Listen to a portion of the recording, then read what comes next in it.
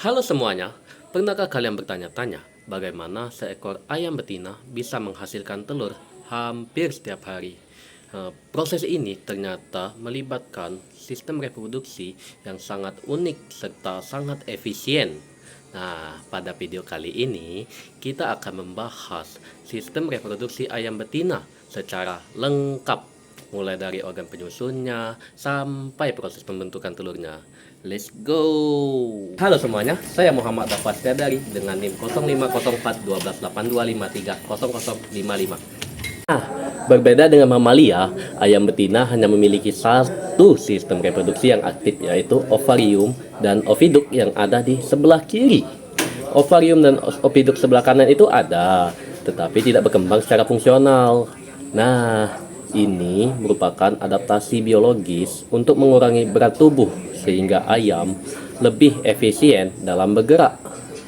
Sistem reproduksi ayam betina berfungsi untuk menghasilkan sel telur, membentuk telur dengan lengkap, serta putih dengan cangkangnya, serta melalui kloaka, nanti dia keluar menjadi telur utuh yang sedap kalau dimasak. Kali ini kita akan membahas ovarium ayam. Ovarium ayam betina berbentuk seperti sekumpulan anggur, berisi banyak folikel dengan ukuran yang sangat berbeda, mulai dari kecil hingga yang besar. Setiap folikel ini adalah calon kuning telur. Folikel yang matang akan melepaskan sel telur melalui proses yang namanya ovulasi. Nah, pada proses ini dipengaruhi oleh hormon, terutama estrogen dan progesteron. Nah, jika ayam berada dalam kondisi yang sehat dan mendapat nutrisi yang cukup, ovulasi dapat terjadi hampir setiap 24 hingga 26 jam. Itu sekitaran 1 hari berarti ya.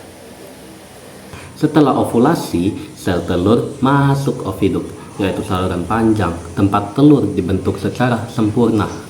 Nah, oviduk ini terbagi menjadi 5 bagian utama, yaitu infundibulum. Infundibulum adalah bagian pertama yang menangkap sel telur. Nah, di sini pembuahan itu terjadi kalau ada sperma.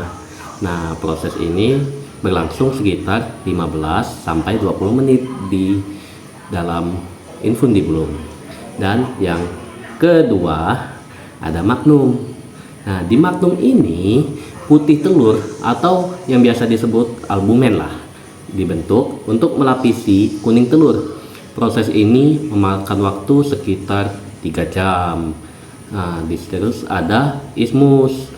Di sini, di ismus ini terbentuk 2 lapisan membran telur yang untuk melindungi si telur tadi. Waktu yang dibutuhkan itu sekitar 1 sampai 2 jam. Terus ada uterus atau yang biasa disebut cell gland. Bagian ini sangat penting karena membentuk cangkang telur dari kalsium. Kalsium itu sebagai bahan untuk membuat cangkang. Nah, warna cangkang juga ditentukan di uterus tadi. Proses ini berlangsung yang paling lama. Prosesnya itu bisa memakan waktu sekitar 18 sampai 20 jam. Terus yang terakhir ada vagina. Vagina itu berfungsi sebagai jalan keluarnya telur. Pada bagian ini tidak terjadi penambahan struktur telur. Nah, setelah telur terbentuk sempurna, telur dikeluarkan melalui kloaka. Menariknya di sini, ayam betina tuh bisa bertelur, tapi tidak ada pembuahan.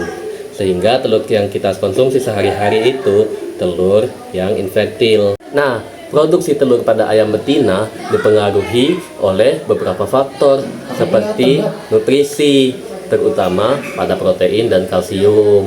Di sini seperti yang kita sebut tadi, kalsium itu kan berfungsi sebagai pembentukan cangkang telurnya tadi. Nah, kemudian ada cahaya. Karena cahaya itu sangat mempengaruhi kinerja hormon pada ayam. Kemudian ada usianya.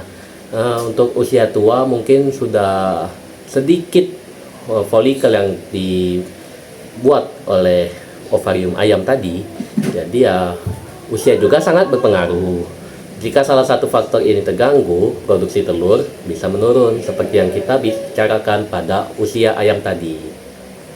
Sistem reproduksi ayam betina merupakan contoh yang sangat luar biasa dari efisiensi dalam dunia biologis.